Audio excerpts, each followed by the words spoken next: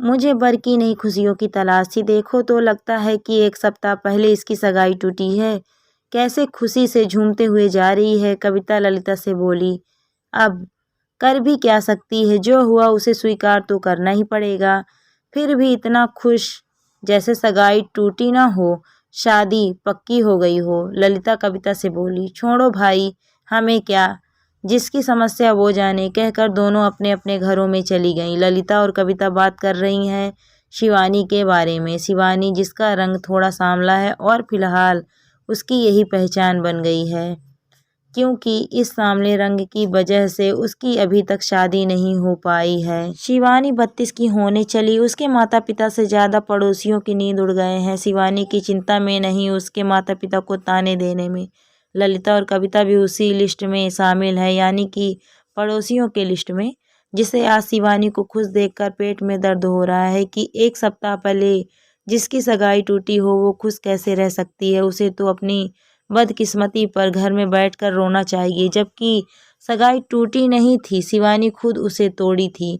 हुआ यूं कि ढेरों रिश्ते देखने के बाद और लड़के वालों से शिवानी को नकारने के बाद एक रिश्ता आया सोमेश का। सोमेश के माता पिता शिवानी को देखकर पसंद किए थे। सोमेश भी साथ में था और सबको लड़की पसंद आई। सोमेश भी देखने में कोई खास नहीं था और एक छोटा सा दुकान चलाता था। खैर, सब कुछ देख सुनकर सगाई की तारीख पक्की हुई। शिवानी की माँ सरला जी और पिता मोहन जी बहुत खुश हुए। हमारे देश में बेटी की शादी तय होने से ज़्यादा शायद ही कोई खुशी होती हो, जैसे माता पिता के सर का बोझ कोई और उठाने के लिए तैयार हो गया हो।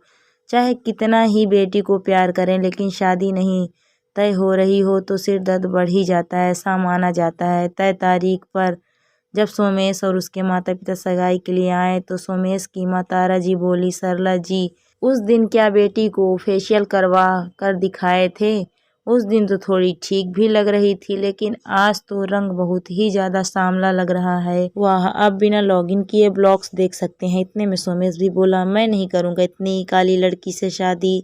सोमेश के पिता कमलनाथ जी मीठी छुरी की तरह वार किया। अरे कैसी बात कर रहे हो तुम लोग, जब सगाई तय हो गई है तो ऐसे तोड़ थोड़ी ना सकते हो तुम लोग। ठीक है, लड़की के रंग की बात है तो थोड़ा ऊपर नीचे करते हैं। सरला जी और मोहन जी का कलेजा केले की पत्ते की तरह थर थर काँप रहा था। इतनी मुश्किल से तो यह रिश्ता तय हुआ, कहीं ये भी ना टूट जाए। कमलनाथ जी मोहन जी से बोले, देखिए मोहन जी, लड़के और उसकी माँ का रुख तो आप देख ही रहे हैं। ऐसा रास्ता निकालते हैं कि आपकी इज्जत भी रह जाए और ये लोग भी मान जाएं। मोहन जी कातर और प्रश्न भरी नजरों से कमलनाथ जी की तरफ देखे, जैसे बेटी का पिता नहीं कोई गुनहगार देख रहे हो। कमलनाथ जी बोले, वैसे लेन देन तो तय हो ही गया है, अब इन लोगों की खुशी के लिए एक बड़ी सी गाड़ी भी उसमें जोड़ दीजिए तो बेटे का मन खुश हो जाएगा। मोहन जी सुन ही अबाक रह गए, क्योंकि उनकी डिमांड पहले से ही बहुत ज़्यादा थी।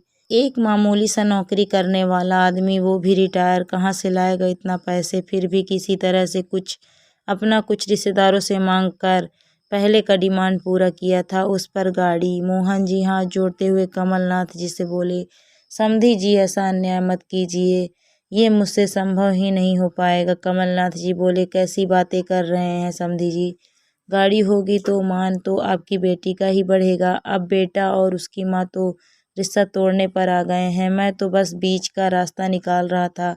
सरला जी भी हाथ जोड़ते हुए तारा जी से विनती कर रही थी, समधन जी, मेरी बेटी जैसी है वैसी ही उस दिन भी देखी थी, आप सब कुछ तय करके अब ऐसा मत कीजिए। अपने माता पिता को इस तरह हाथ जोड़कर उन लोगों के सामने गिड़गिड़ाते देख शिवानी का खून खौल रहा था। सिर्फ माता पिता की इज्जत के खातिर वह चुप थी, लेकिन अब उसके कानों में जो शब्द पड़ा वो शिवानी के सब्र का बांध तोड़ दिया। कमलनाथ जी मोहन जी से कह रहे थे, या तो आप गाड़ी दीजिए, नहीं तो आप भूल जाइए अपनी काली कलूटी बेटी की शादी। शिवानी आई और कमलनाथ जी से बोली, बिल्कुल ठीक कहा आपने, भूल जाइए अपने इस बेवकूफ़ सा दिखने वाले बेटे की शादी। आप क्या सगाई तोड़िएगा, मैं खुद ये सगाई तोड़ रही हूँ। मम्मी पापा, क्या मैं आप लोगों पर इतना बोझ बन गई हूँ कि आप लोग हाथ जोड़कर अपना बोझ इनके माथे थोपना चाहते हैं? कैसी बात कर रही हो बेटी, हम लोग तो तुमसे बहुत प्यार करते हैं। मोहन जी बोले, तो फिर इन लोगों के सामने आप लोग हाथ जोड़कर अपने प्यार का अपमान क्यों कर रहे हैं? जो लोग लड़की के संस्कार का रंग न देखकर लड़की का चेहरे के रंग के आड़ में अपने लालच का रंग दिखा दिया, आप लोग से रिश्ता जोड़ना चाहते हैं। सरला जी बोली, बेटी चुप कर, ऐसी बातें नहीं करते। क्यों ना करूं? मैं बेटी में जन्म ली हूँ इसलिए, या मेरा रंग सांवला है इसलिए, या आप लोग एक बेटी के माँ बाप हैं इसलिए? कारण तो बताइए। आप लोगों का अपमान सहकर चुप रहने का। कमलनाथ जी और तारा जी बोले, हमें नहीं करना ऐसी लड़की से शादी। अच्छा हुआ शादी से पहले ये पता चल गया, शादी के बाद पता नहीं क्या करती। सही कहा आप लोगों ने, अच्छा हुआ शादी के पहले आप लोगों का लालची रंग सामने आ गया, पता नहीं शादी के बाद क्या करते आप लोग। शिवानी जवाब दी, चुपचाप निकल जाइए मेरे घर से, नहीं तो अभी थाने में जाकर दहेज मांगने के लिए केस कर दूंगी। कमलनाथ जी, तारा जी और सोमेश और बेइज्जती ना हो सोचकर निकलते बने। सगाई टूटने की वजह से सरला जी और मोहन जी बहुत उदास बैठे थे। शिवानी के मोबाइल में नोटिफिकेशन आया। शिवानी देखकर खुशी से उछल गई। IAS का एग्ज़ाम दी थी, उसका क्लियर हो गया था। खुशी से बोली, मम्मी पापा आप लोग मेरे लिए वर की तलाश कर रहे थे और वो नहीं मिलने पर आप लोग उदास थे। मुझे तो कामयाबी तलाश कर रही थी, मुझे वर की नहीं खुशियों की तलाश थी, वो मेरी पूरी हो गई। सरला जी और मोहन जी को भी बहुत गर्व हुआ अपनी बेटी की उपलब्धि पर। आज शिवानी उसी काम से खुशी खुशी ऑफिस जा रही थी, जिसे देखकर पड़ोसनें बात बना रही थी।